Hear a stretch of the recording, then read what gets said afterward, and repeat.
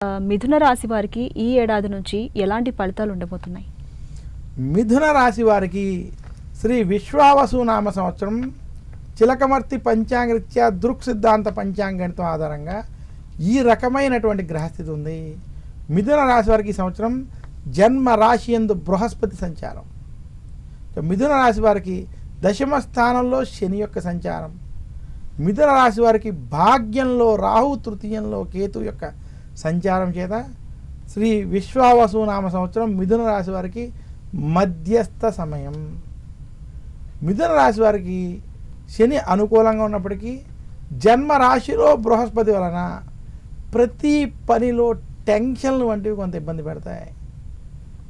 ముఖ్యంగా నిరుద్యోగులకి ఉద్యోగస్తులకి ఉద్యోగంలో రాజకీయ ఒత్తిళ్ళు, ఉద్యోగంలో అధిక పని టెన్షన్లు, అనేక ఒత్తిళ్ళు మిమ్మల్ని ఇబ్బందికి గురి చేస్తాయి.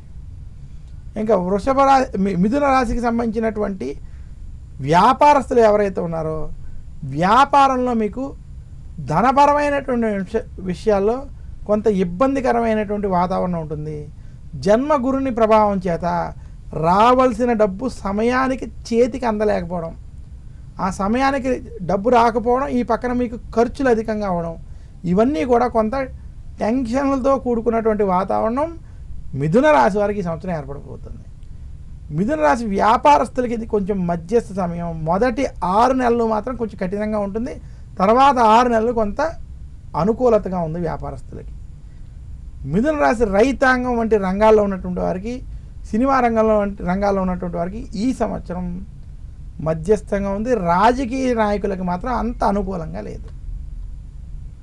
మిథున రాశి స్త్రీలు ఆరోగ్య విషయాలు, కుటుంబ వ్యవహారాల్లో జాగ్రత్తలు వహించాలి. జన్మ గురుడి ప్రభావం వల్ల ఆరోగ్యంలో ఏదో ఒక సమస్య, చికాకులు ఇబ్బంది పెడతాయి.